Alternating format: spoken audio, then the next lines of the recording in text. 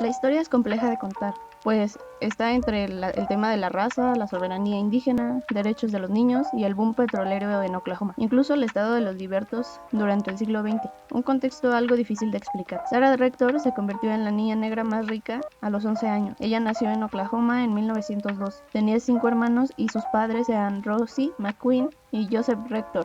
Eran descendientes lejanos de la tribu amerindia y de africanos, así que los bisabuelos de Sarah, que habían sido esclavos de los indios Creek, vivían en una cabaña modesta en la ciudad mayormente negra, en un considerado territorio indio. Tenían derecho a asignaciones de tierras por el Tratado de 1866, la Ley de Asignación General de Dawes, también conocida como la Ley de Variedad, que desalojó a los nativos de sus derechos sobre la tierra cuando el gobierno intentó restringir las tierras indígenas y transferir propiedades a colonos blancos. Al mismo tiempo, la ley buscó imponer un sistema de derechos de propiedad individual a las tribus, ya que los funcionarios de gobierno identificaron la propiedad tribal y comunal anterior como incivilizada. Los funcionarios de gobierno inspeccionaron las tierras tribales, las dividieron en parcelas y en última instancia distribuyeron gran parte de ellas a los colonos blancos mediante la venta de lo que consideraron tierras tribales en exceso. Solo aquellas personas que aceptaron una parcela tenían derecho a la ciudadanía estadounidense. Sin embargo, la ley no se aplicó inicialmente a las llamadas 5 tribus incivilizadas, que eran las Cherokee, Chickasaw, Choctaw, Creek y Seminole, que estaban exentas mediante tratados anteriores. Pero a principios del siglo, Oklahoma estaba pasando de territorio indio a estado, y el gobierno buscó más tierras para los colonos blancos. La ley Curtis de 1898 enmendó las leyes Dawes para incluir tribus que residen en Oklahoma, dividiendo los gobiernos tribales y sus tierras. En 1889, las tierras no asignadas en el centro de Oklahoma dieron a los descendientes de esclavos de Creek una parte igual a la de sus antiguos propietarios en la asignación gubernamental de las tierras de Old Creek en territorio indio. Stacy Patton escribe: dado que la distribución real de tierras duró entre 1898 hasta 1906, Sarah Rector y otros 4.407 niños negros que vivían en la nación Creek recibieron juntos casi 1 millón de acres de tierra en el este de Oklahoma. La familia se benefició, pues la ley buscaba abolir la esclavitud, se les daría la ciudadanía y se les concederían 160 acres, esto es aproximadamente 64 hectáreas de tierra. La parcela estaba ubicada en Glenpool, a 60 millas o 97 kilómetros de donde ellos vivían. Eran tan pobres que las tierras que recibieron tenían menor valía, y porque eran negros. Las tierras que les dieron eran rocosas, infértiles. Las mejores parcelas se las daban evidentemente a hombres blancos y amerindios de sangre pura. El padre de Sarah estaba harto de pagar tasas anuales de $30 por la propiedad pequeña e improductiva, así que solicitó al tribunal del condado que vendiera la tierra. Su petición fue denegada debido a restricciones. Entonces debió continuar pagando los impuestos. Su última esperanza fue llamar a Standard Oil Company para arrendarles y hacer pruebas de viabilidad en el suelo. Perforaron y así encontraron literalmente un tesoro enterrado. La asignación de Rector se encontraba en medio del campo petrolífero de Glenpool y fue valorado inicialmente en $556.50.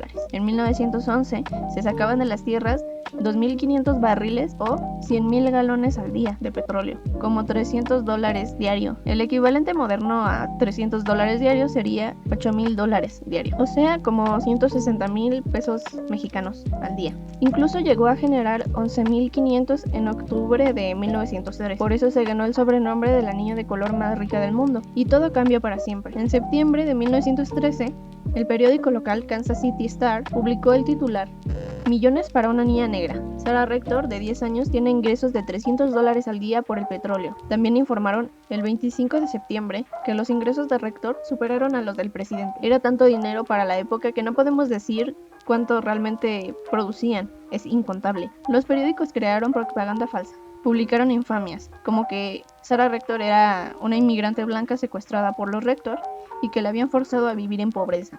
En 1914 publicaron que su propiedad era mal administrada por estafadores y sus padres ignorantes, que estaba sin educación, vestida con harapos y que vivía en una habitación insalubre.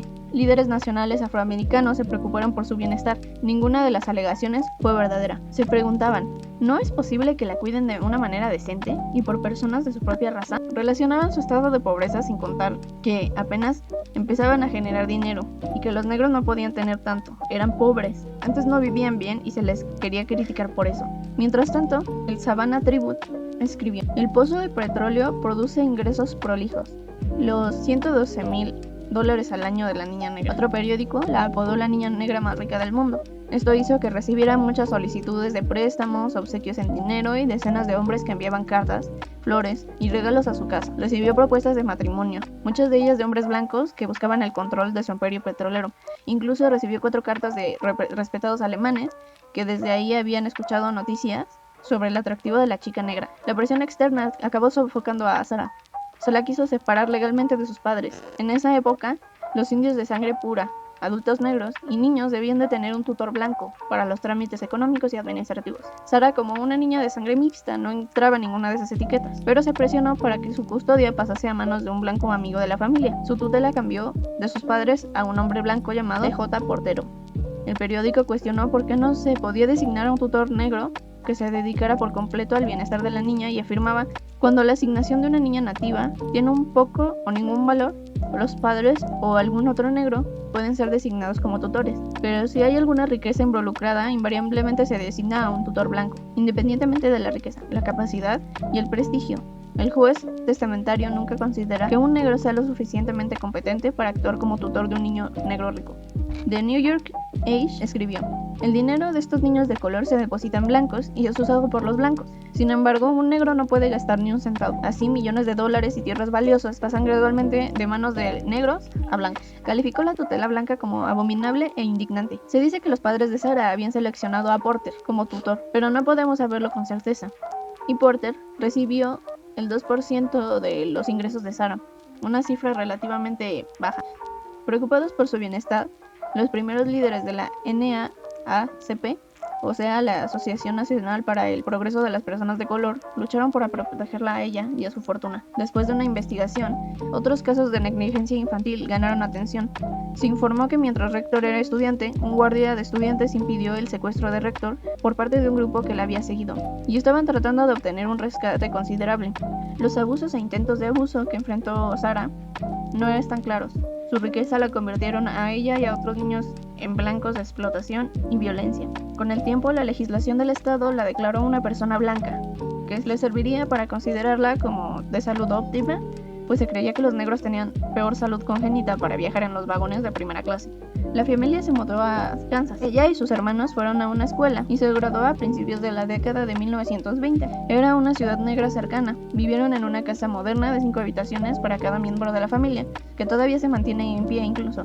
También tenían un automóvil. En ese mismo año, Rector se inscribió a la Casa del Niño, una escuela para adolescentes en el instituto en Alabama. Los problemas con la tutela la siguieron hasta Kansas, evidentemente. En noviembre de 1921, Fred Rector, su tío, alegó que estaba desperdiciando su fortuna y pidió que un hombre blanco fuera nombrado su tutor. John Collins, un residente negro, intentó arrebatar el control de la propiedad a través de un cambio hecho a la ley de Missouri, que cambió la mayoría de edad de las mujeres de 18 a 21 años. Collins afirmó que Rector era incompetente, que gastó su dinero frívolamente y que perdería su fortuna sin la tutela, y nombró a Monte Sampson como tutor apropiado. Las acusaciones parecían provenir de la codicia de los ladrones, más que por preocupación legítima. Los tribunales rechazaron las solicitudes. Rector era mayor de edad y tenía derecho a su propiedad, que era mentalmente sana y capaz de manejar sus finanzas, que tenía abogados impresionantes como anticipo. Para los 18 años poseía más de $750,000 en propiedades petroleras, y algunos estimaron su riqueza de más de $1 millón, o alrededor de 11 millones en la actualidad, que ella invirtió en la bolsa. Poseía acciones y bonos, una pensión, una panadería y un restaurante en Oklahoma, una gran casa y 2,000 acres de tierra. En 1922 se casó con Kenneth Campbell, el segundo afroamericano en ser propietario de un concesionario de automóviles, y aparentemente había invertido en sus empresas. La boda fue muy privada, acompañada con su madre y la abuela del novio. Tuvieron 3 hijos y eran reconocidos como miembros de la realeza local, conduciendo autos caros y entreteniendo a celebridades afroamericanas en su casa. La crisis del 29 les afectó en sus finanzas, pero se mantenían bien. Seguían teniendo una vida social activa, que incluía noches de fiesta y muchas multas por exceso de velocidad. Se divorciaron en 1930 y Sarah se volvió a casar en 1934 con William Crawford, quien era dueño de un restaurante. Murió felizmente a los 65 años, el 22 de julio de 1967. Fue enterrada en el cementerio de la ciudad. En ese momento tenía algunos pozos petroleros en funcionamiento y propiedades inmobiliarias. Finalmente vendió la mansión a la funeraria Atkins y, según su hijo, Sarah tenía gustos ricos y conducía un Cadillac verde y negro. Organizaba grandes fiestas para la élite negra y las celebridades del jazz. Los lugareños la conocían por sus costosos vehículos, que además del Cadillac, incluían un Lincoln plateado y un Rolls Royce con chofer, ropa extravagante y diamantes. A pesar de su lujosa vida, Sarah Rector parece haber sido una persona tranquila y reservada. Su historia sigue siendo compleja y poco investigada. Empujó a funcionarios y activistas a examinar la vida de los libertos en Oklahoma y brindar protección particularmente a niños negros e indígenas. La casa fue comprada por una organización local sin fines de lucro con la intención de restaurarla y preservarla histórica y culturalmente.